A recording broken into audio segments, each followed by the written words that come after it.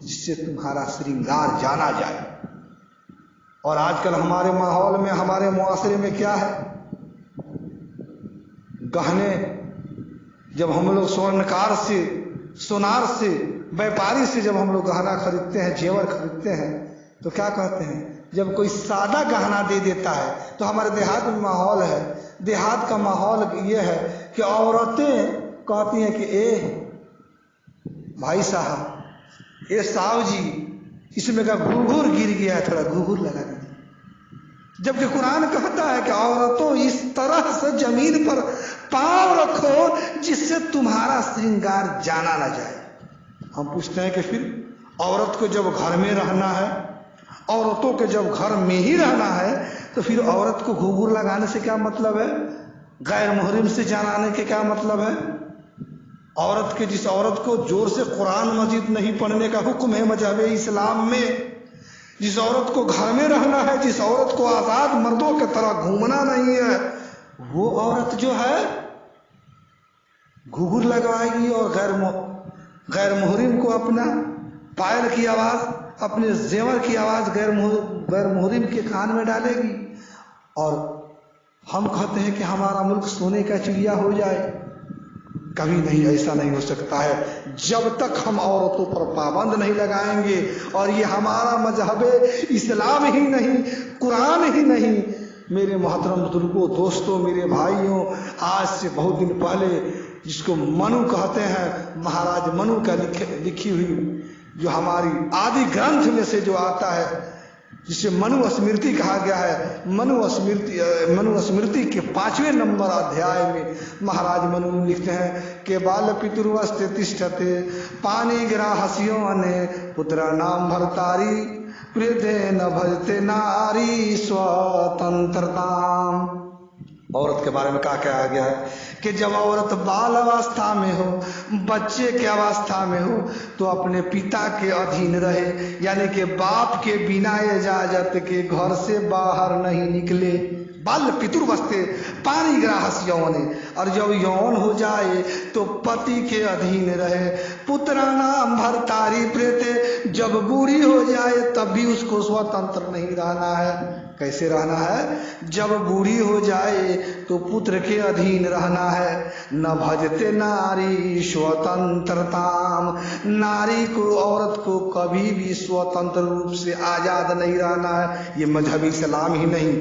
لوگ کہتے ہیں کہ مذہب اسلام میں عورت کو غلام بنا کر، غلام نہیں، عورت کو آزاد نہیں رہنا ہے، آزاد رہنا ہے، گھر میں رہنا ہے، خوب بڑھیا سے کھلانا ہے، اچھا اچھا زیور دینا ہے، اس کو اچھے اچھے کپڑا پہنانا ہے، بہتر سے بہتر کھانا کھلانا ہے، لیکن عورت کو کہاں رکھنا ہے؟